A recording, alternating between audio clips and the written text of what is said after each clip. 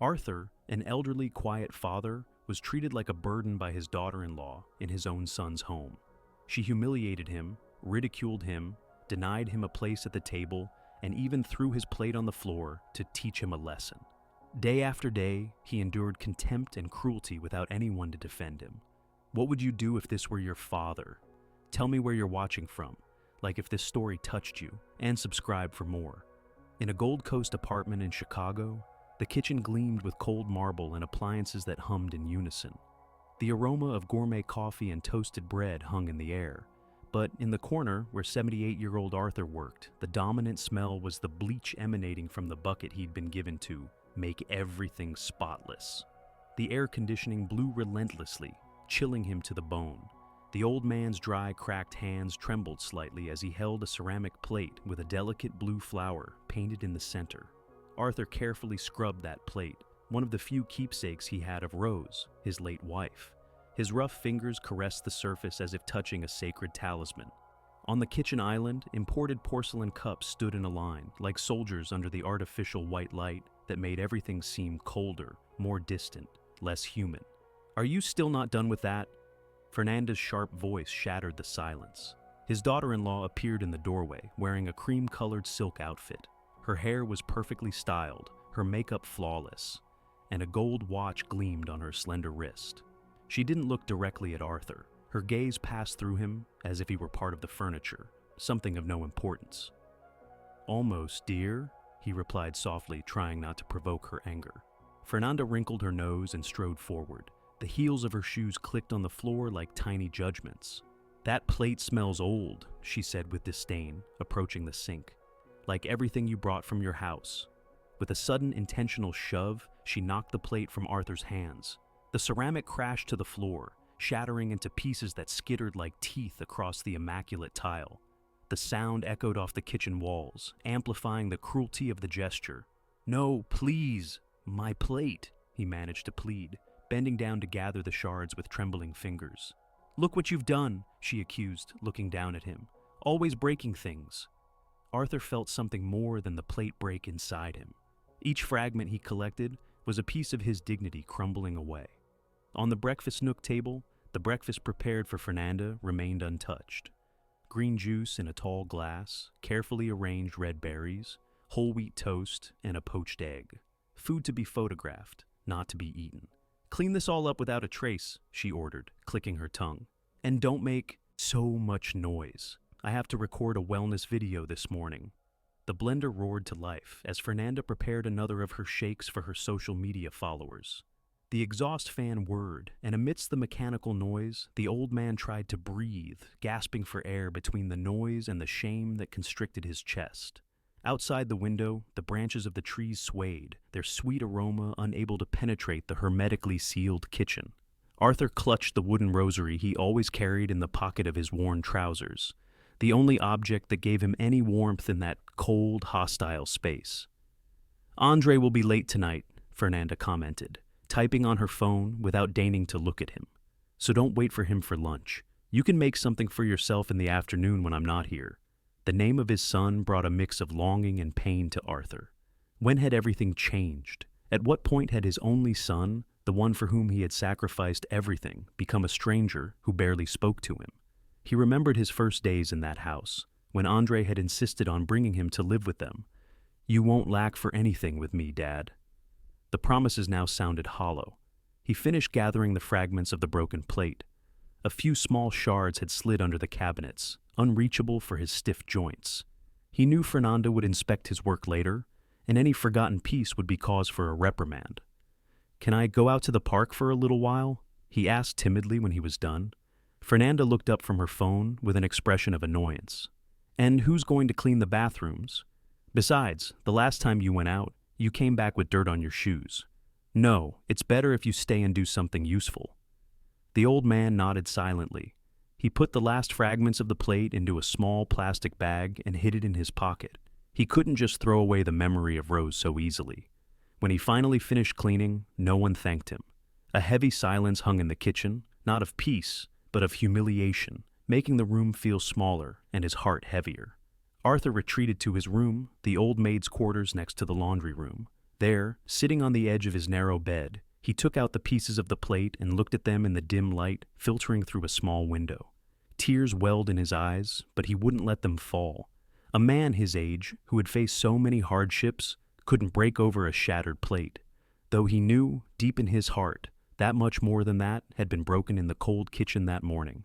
Arthur Ramirez was born in a small town in rural Pennsylvania, the son of farmers who smelled of damp earth and corn. He learned from a young age to make a living with his calloused hands, planting fields, getting paid by the day, selling the cornbread he made at the town square on Sundays after church. His childhood passed between work and hope, with the horizon always marked by the silhouette of the mountains that reminded him there were things bigger than his own dreams. He met Rose while she was selling sweet corn at the county fair. She wore a dress with small flowers and had a smile that shone brighter than the fireworks exploding in the night sky. They married young, with more love than money, and together they built a modest but dignified life in a small clapboard house. The birth of Andre, their only son, brought immense happiness and new responsibilities. Arthur worked twice as hard, wanting his son to have what he never did: an education, opportunities, a different future. Life, however, had other plans. Rose fell ill when Andre was barely finishing middle school. A silent cancer took her in less than a year, leaving a void that seemed impossible to fill. Arthur then clung to two things: the memory of his wife and the future of his son. "You have to keep studying," he told Andre at Rose's funeral. "Your mother wanted to see you become someone important." To pay for his son's college tuition, Arthur reinvented himself. He started selling pies from a roadside stand, waking up at 3 a.m. to prepare the fillings and crust. His hands, accustomed to the earth, learned new skills: crimping dough, carrying heavy pans, negotiating with suppliers. In the afternoons, when others rested, he worked as a handyman, hauling materials and mixing concrete under the relentless sun. His palms bore the scars of rough lumber and burns from the hot oven. The physical pain, however, was far more bearable than the pain in his soul.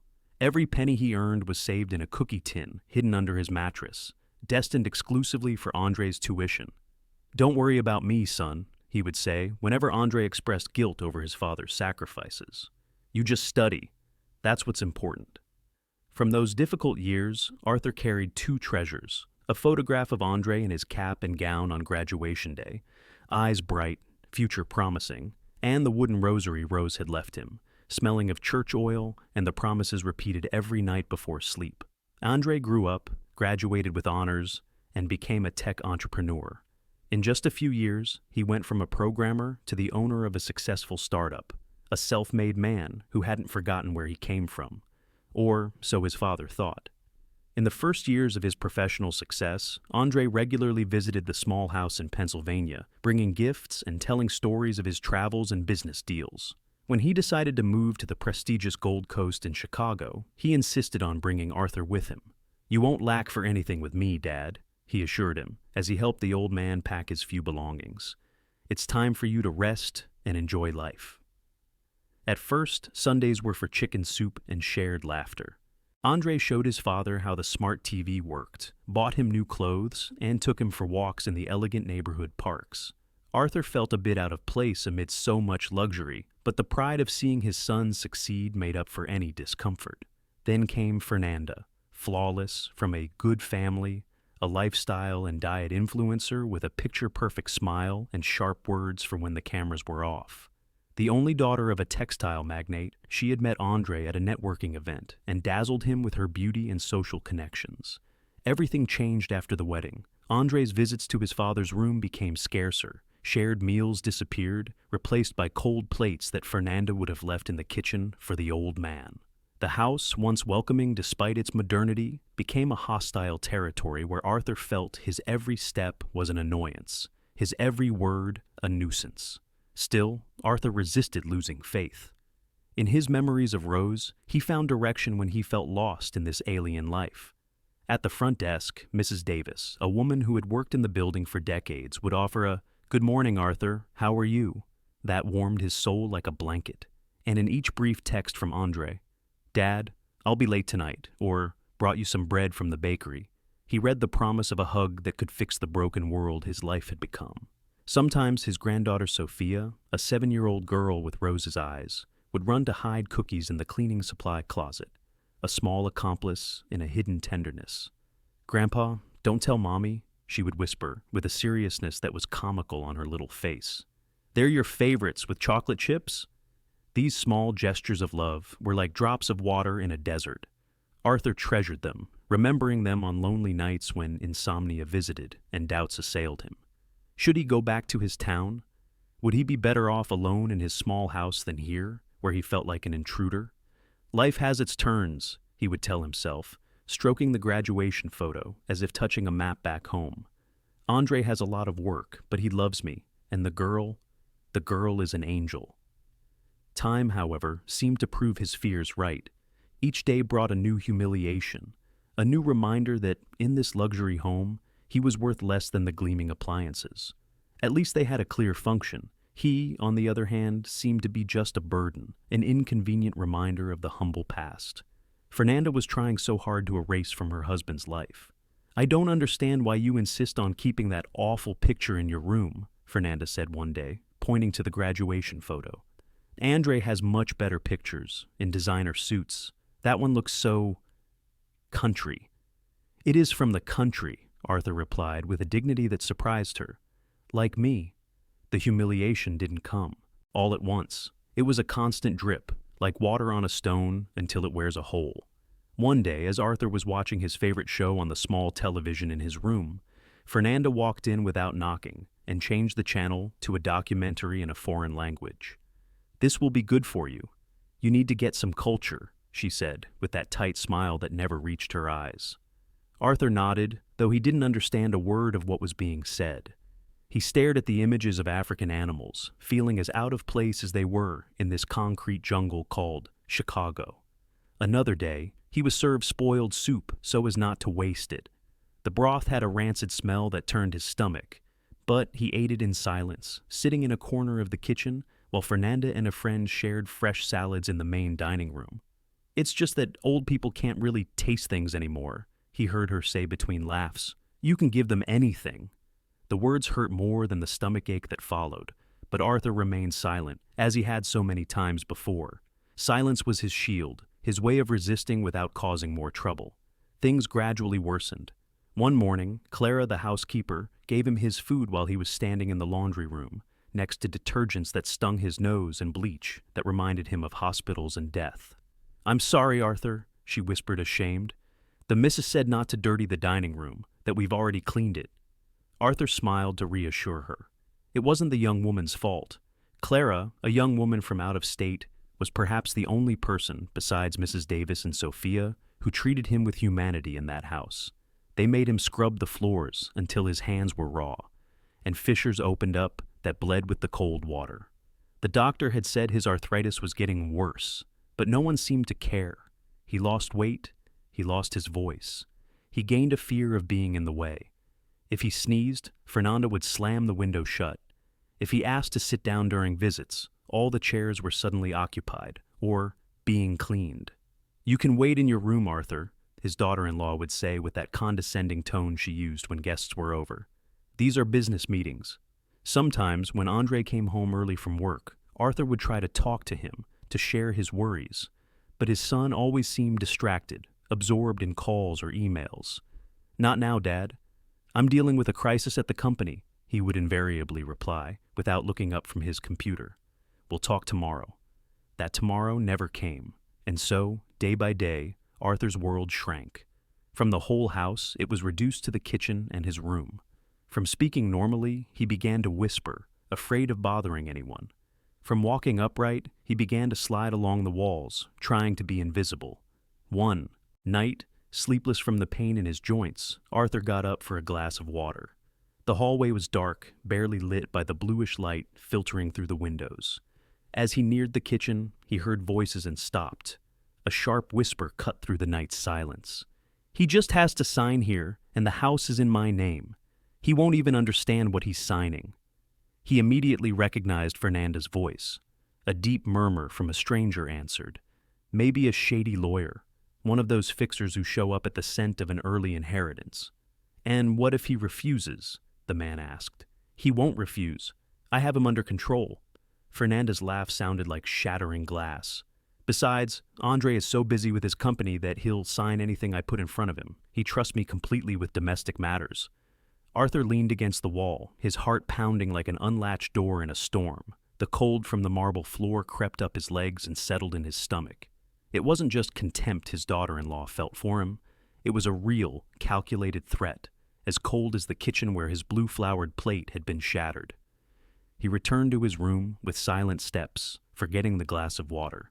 He sat on the edge of the bed, his head spinning with what he had just heard. Fear turned into a lump in his throat. Would they believe him if he spoke up?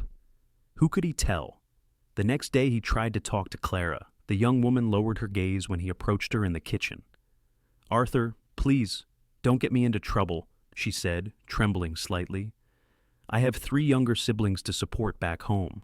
I can't lose this job." Arthur nodded, understanding. He himself had lived for too many years with that same fear of losing his livelihood to judge her. He then tried to approach his granddaughter Sophia during Sunday breakfast, but the girl, once cheerful and complicit, now seemed distant. "Mommy said I shouldn't talk to you too much," the little one mumbled, glancing sideways at Fernanda. "She said you might give me your old people diseases." Arthur felt as if he had been slapped. Using the child against him was crossing a line he hadn't even imagined was possible. Sophia had stopped appearing with her cookies. "Mommy won't let me." The world shrank even further, until it became 4 walls of cold orders and evasive glances. That night, Arthur sat in the darkness of the service room, clutching the wooden rosary Rose had left him. The worn beads slipped through his fingers as they had thousands of times before, each one a memory, a prayer, a small hope. He took a silent inventory of what he had left. The photo of Andre in his university gown, the fragments of the blue-flowered plate wrapped in a handkerchief, and a dignity that, although battered, still pulsed within him like an ember under ash, refusing to be extinguished. Completely. Then he noticed something he had overlooked, a small detail that seemed insignificant, but that fit with what he had overheard in the night. He saw Fernanda checking the building's mailbox before dawn, when no one was watching. He saw her take out envelopes addressed to Andre, photograph them with her phone, and then put them back as if no one had touched them. Something hidden was moving in that house, like a thread that, if pulled hard enough, could unravel the whole web of lies. With trembling but determined hands, Arthur took an old notebook from under his mattress where he had begun to jot down dates, times, and events. His handwriting, crooked from arthritis, recorded every humiliation, every spoiled meal, every sharp word. He didn't know if anyone would ever read those pages, but the very act of writing was a form of resistance, of holding on to the truth when everything around him seemed designed to make him doubt his own experience. "Rose," he whispered into the darkness, as if his wife could hear him from somewhere beyond the concrete ceiling. "Give me the strength to hold on a little longer. For Andre, for the girl." The silence that followed brought no answer, but a strange sense of calm. As he put the notebook back in its hiding place, Arthur made a decision. He would talk to Mrs. Davis the next day. The concierge had been in that building for decades and knew all the residents, their secrets, their true faces behind the elevator smiles. If there was anyone who could help him understand what was really happening, it was her. "I will not be walked over," he murmured to himself, with a firmness he hadn't felt in months. "For Rose, for what I was, for what I still am."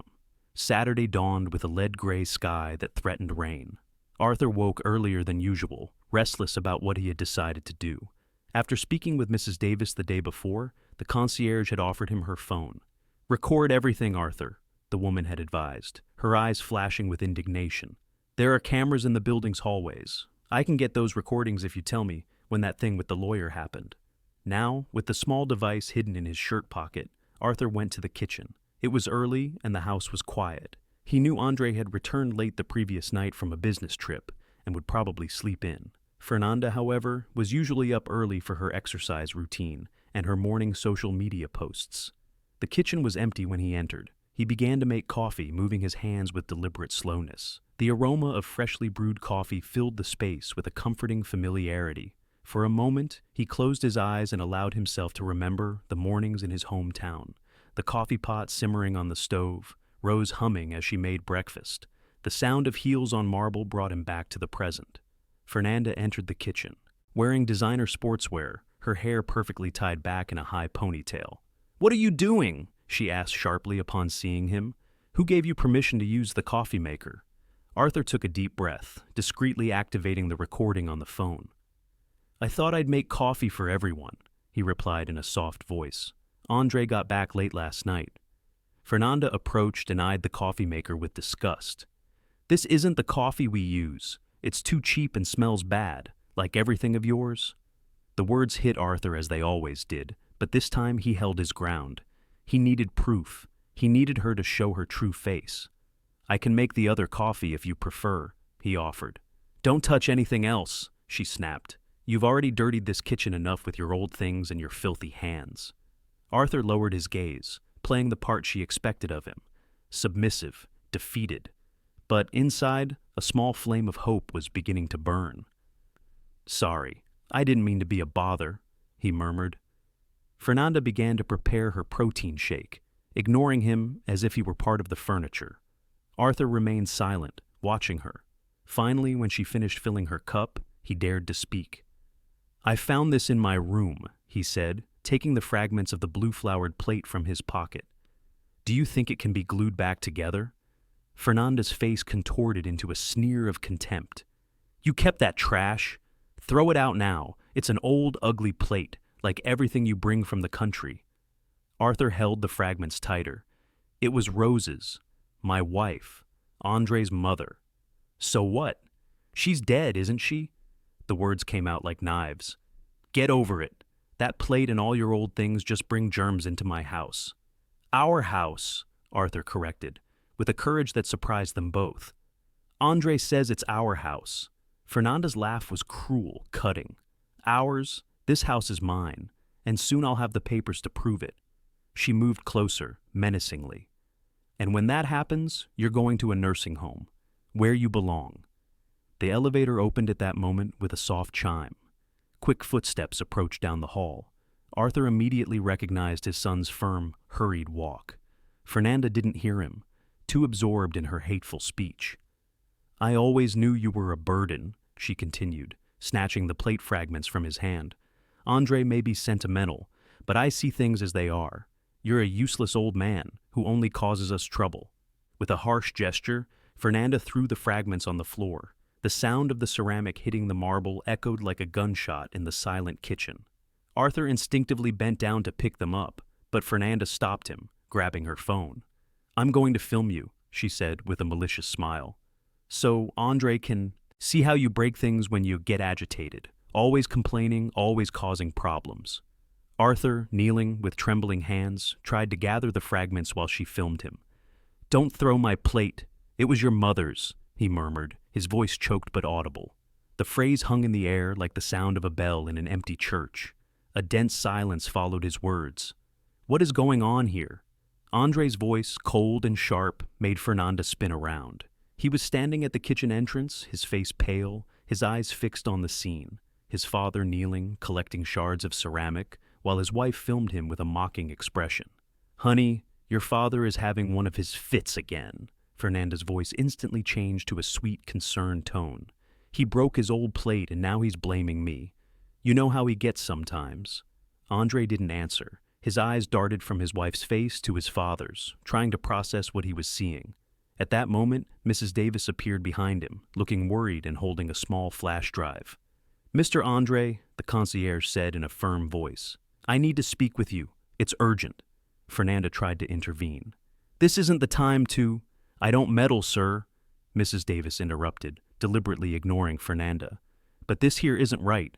She placed the flash drive in Andre's hand. The concierge glanced briefly at Arthur, an almost imperceptible gesture of solidarity, before continuing. "It's the videos from the hallway, the late-night conversations, the laughter, that lawyer who comes when you're not here." Clara, who had appeared silently and was watching from the service door, mustered her courage and took a step forward. "Mr. Andre," the young housekeeper whispered, trembling visibly, "the missus makes me serve expired food to Arthur. I don't want to, but she threatens to fire me. And the little girl, she forbade Sophia from talking to him. Andre's face transformed as he listened. Confusion gave way to understanding, and understanding to horror. It was as if he suddenly saw clearly what had been happening under his own roof while he was busy building digital empires. He knelt beside his father, helping him to his feet. "Dad," he murmured, his voice thick with emotion. "Is all this true?" Arthur, his dignity recovered, took Mrs. Davis's phone from his pocket and stopped the recording. Then, from his room, he brought the notebook where he had meticulously recorded every humiliation, every abuse. "Forgive me for not seeing it sooner," Andre said, as tears began to stream down his face. "I was so blind." Arthur felt, for the first time in months, that someone was calling him by his name, and not the old man. The ember under the ash rekindled, becoming a small flame of hope. Andre stood up and faced Fernanda, who now seemed to have shrunk, trapped in her own web of lies. "This ends today," he declared in a firm voice, picking up his phone. "Mr. Hamilton, I need you to come over immediately. It's an urgent family matter." Mr. Hamilton arrived 40 minutes later, carrying a worn leather briefcase and an expression of professional gravity. He was a middle-aged man with prematurely graying hair and eyes that had seen too many family tragedies to be easily surprised. Andre met him in the study, where he had already set up his laptop to review the videos from the flash drive. Meanwhile, Arthur waited in the living room, accompanied by Mrs. Davis, who staunchly refused to leave him alone. Clara had made them some chamomile tea that steamed between their hands, bringing a little warmth to a morning that had turned cold in more ways than one. Fernanda had locked herself in the master bedroom, refusing to come out. "Don't you worry, Arthur," Mrs. Davis whispered, patting his wrinkled hand. "The truth always comes out, sooner or later." The old man nodded, grateful for the warm, steady presence beside him. It had been so long since he had felt the solidarity of another human being that he had almost forgotten what it was like not to be alone. In the study, Mr. Hamilton watched the videos with an impassive expression, though his knuckles occasionally turned white as he gripped the pen with which he took notes. Andre, for his part, grew paler with each recording. "How long has this been going on?" he finally asked when the last recording finished. "According to the camera logs, these late-night meetings began about 3 months ago," the lawyer replied, consulting his notes. "It coincides with the date we received the first attempt to change the property documents." "Change?" Andre leaned forward, alert. "What change?" Mr. Hamilton took a file from his briefcase and opened it on the desk. 3 months ago, our office received a request to change the title of this property, apparently signed by you. He pointed to a document with a signature that, though similar to Andre's, showed subtle differences. "Fortunately, as is our firm's policy, we contacted you directly to confirm. When we were told you were away on business, we flagged the request as suspicious." Andre ran a hand over his face, trying to process all the information. "So, Fernanda has been trying to... Apparently, your wife has been trying to transfer the property into her name exclusively," the lawyer confirmed. "And from what I see in these videos, it seems she has also been committing psychological and physical abuse against your father, which constitutes a crime, aggravated by the victim's vulnerable condition." The lawyer continued to explain the legal implications, but Andre was no longer listening. His mind raced back over the past months, remembering moments when he had ignored obvious signs. His father's weight loss, his growing silence, Fernanda's excuses for them not to eat together, the sudden clumsiness Arthur had supposedly developed.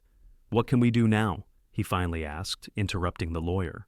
"First of all, no one is signing anything today," Hamilton replied firmly. "We're going to protect your father's assets and verify if there have been other attempts at financial manipulation." As they discussed the next legal steps, the sound of small, hurried footsteps was heard in the hallway. The study door suddenly opened, and Sophia ran in, her face red from crying. "Daddy, Mommy's packing all her things in suitcases," the girl exclaimed, throwing herself into Andre's arms. "She said we're going to Grandma's house." Andre hugged his daughter, trying to calm her while exchanging a meaningful look with the lawyer. "It's going to be okay, Princess," he assured her, kissing the top of her head. "Why don't you go stay with Grandpa Arthur? He's in the living room with Mrs. Davis. I'm sure he'd love to see you." Sophia's eyes lit up. Can I really go with Grandpa?" "Of course you can, my love. You always can." The girl ran off towards the living room. She had barely disappeared when Andre and Mr. Hamilton headed to the master bedroom. They found Fernanda closing a designer suitcase. with several luxury items strewn across the bed. "You are not taking my daughter anywhere," Andre said from the doorway, with a calmness that contrasted with the storm he felt inside. Fernanda turned, surprised by the intrusion. Seeing the lawyer, her expression hardened. "Now you're bringing lawyers to intimidate me?" She tried to smile, but the gesture didn't reach her eyes. "I'm just tidying up the closet, dear." "We both know that's not true," Andre replied, stepping closer. "I know everything, Fernanda. The hallway videos, the fake notary, the spoiled food, the humiliations, everything." The color drained from her face. For a moment she looked as if she might crumble, but she quickly regained her defensive posture. "I don't know what you're talking about. That old man is senile, he makes things up, and the concierge has always hated me." "We also have today's recordings," Mr. Hamilton interjected, "where you explicitly admit your intention to seize the property and send Arthur to a nursing home against his will." Fernanda looked at the two men, weighing her options. Finally, her mask shattered completely. "And what did you expect?" she said to Andre with barely contained rage. "That I would live with that country bumpkin forever? Smell him. Listen to the way he talks. It's embarrassing. My friends laugh at us for having him here." Andre looked at her as if seeing her for the first time. This elegant, beautiful woman, whom he thought he loved, now seemed like a complete stranger, empty, inside. "This house is as much my father's as it is mine," he said in a firm voice. "He sacrificed his entire life so I could get an education. He worked 2 jobs for years to pay for my college. If I have anything today, it's because of him." He approached Fernanda until he was face to face with her. There was no hatred in his eyes, only profound disappointment. "Now I understand why Sophia stopped smiling," he continued. "Why my father lost weight.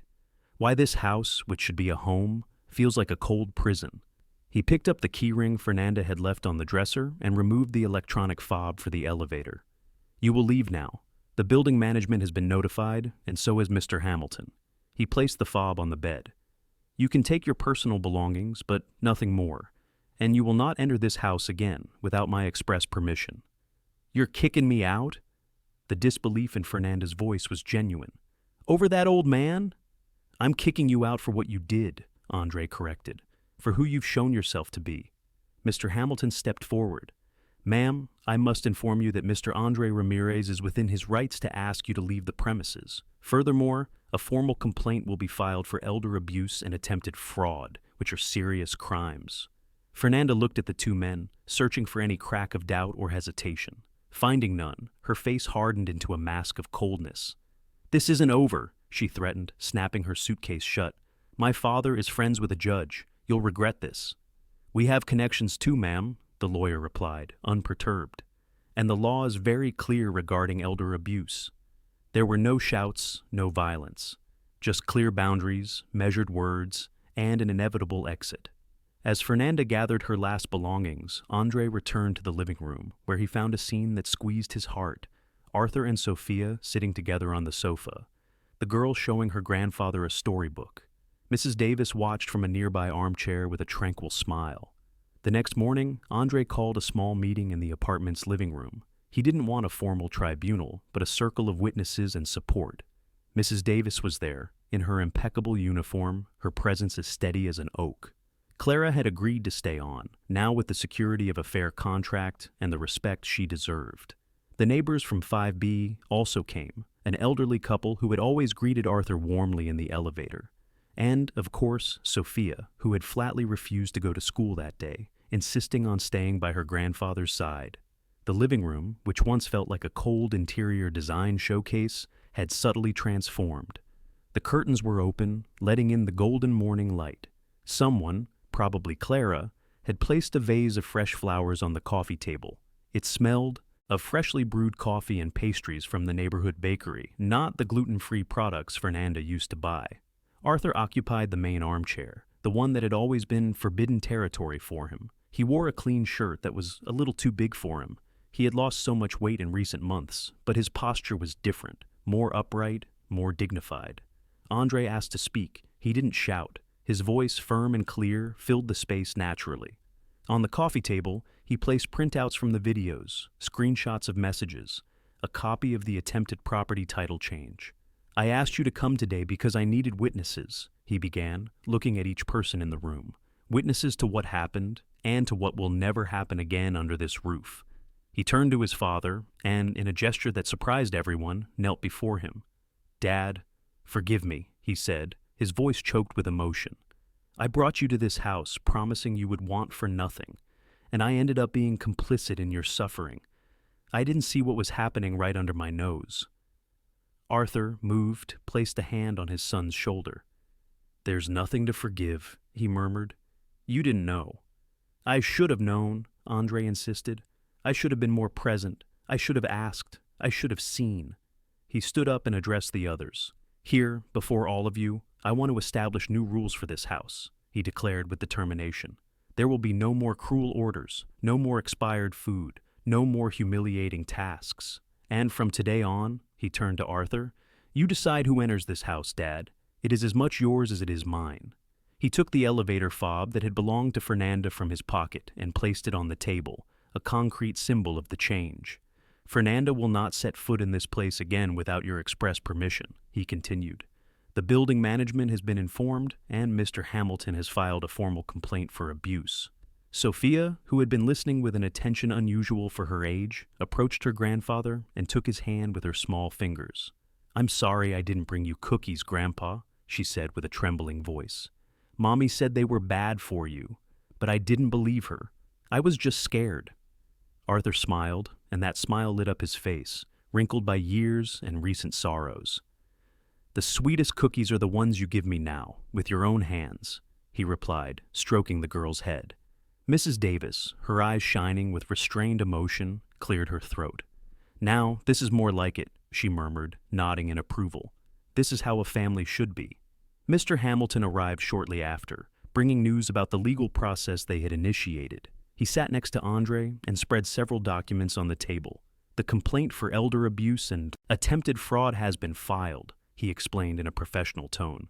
As we have compelling evidence, the judge has issued an emergency protective order for Arthur. What does that mean exactly? Andre asked. It means that Fernanda is prohibited from coming within 100 yards of your father. She cannot contact him by any means, directly or indirectly. The lawyer adjusted his glasses. Violating this order would have immediate legal consequences. And what will happen to her? Arthur's question surprised everyone. There was no hatred in his voice, only genuine curiosity. Mr. Hamilton looked at him with respect. The judge imposed a significant fine and, in addition to the restraining order, has mandated community service, he explained. For 1 month, she will be required to serve meals and clear tables at the city's senior community center. A murmur of approval went through the room. It wasn't a cruel revenge, but a poetic justice that might, perhaps, teach a little empathy to someone who lacked it. When everyone had left and only the family remained, Andre sat next to his father on the balcony. The cool afternoon air gently rustled the plants that Clara had rescued from neglect. In the distance, the city skyline was etched against the sky. We're going to reorganize our lives, Andre said, looking at the horizon. I've hired a therapist for both of us. We need to heal. Arthur nodded, grateful. His son continued, listing the changes they would implement. Fixed meal times together, walks in Lincoln Park on Wednesdays, regular medical checkups to treat his arthritis, and a non-negotiable rule he summed up in 3 words. Respect comes first. And I want you to choose a room, Andre added. A real room with big windows, not that little service room. This is your home, Dad. Arthur, overwhelmed with emotion, took a moment to reply. The one that faces east, he said finally, so I can see the sunrise, like back home in Pennsylvania. Days later, as Andre helped his father settle into his new room, he took the framed graduation photograph from the wall. He contemplated it for a moment, remembering that day. The pride on Arthur's face, the sacrifice it represented, the future it promised.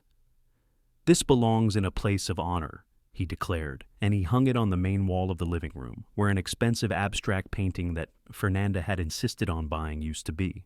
Below the portrait, they placed something unexpected, a new plate with a painted blue flower, identical to the one that had broken. Andre had found it after an exhaustive search at an antique market, among stalls of relics and memories. So, "You know that some things can be restored," he said to his father as they placed the plate on a small shelf. "Like your dignity, like our family." One afternoon, weeks later, as the coffee maker murmured in, the kitchen and the familiar aroma filled the apartment that could now truly be called a home, Arthur found the courage to express what he had been holding in for a long time. "Son," he said, as Andre prepared the coffee cups, "there were times when I thought you didn't see me anymore." Andre stopped what he was doing and approached his father. He took his hands, noticing they were no longer so cracked, that the skin was beginning to heal just like their relationship. "Dad, today I'm learning to see you, as I always should have," he replied with sincerity. "And I promise you that no one will ever trample on your name or your dignity again. Never again." Sophia ran in at that moment with a bag from the neighborhood bakery in her arms and a smile that lit up the room. She brought sweet rolls, pastries, and bread, bought with her own saved-up coins. The three of them laughed as they poured the coffee and shared the bread, not to forget what happened, but to remember it well, to honor the past pain and the present healing. In the building, many neighbors commented on having seen Fernanda fulfilling her sentence at the community center. At first, with obvious disgust, then with a growing serenity. Maybe she was learning something, maybe not. What was important was that justice, the kind that sometimes seems unattainable for the most vulnerable, had found its way. Not with revenge, but with clear, proportional, and educational consequences. Every morning, Arthur woke up in his new room with the sunlight filtering through the light curtains. On his nightstand rested the wooden rosary, and next to it, the pieces of the original plate, carefully kept in a small, carved wooden box. Not as a reminder of humiliation, but as a testament to survival. And the city went on, with its noise and its seasons, while a home on the Gold Coast recovered its ability to breathe, to exist as a true refuge. A place where dignity was non-negotiable, where respect didn't depend on age or origin, where wounds could heal and give way to a new kind of family. A final lesson, not to be forgotten. Dignity is not something to be thrown away. It is to be defended, reclaimed, and above all, lived every single day.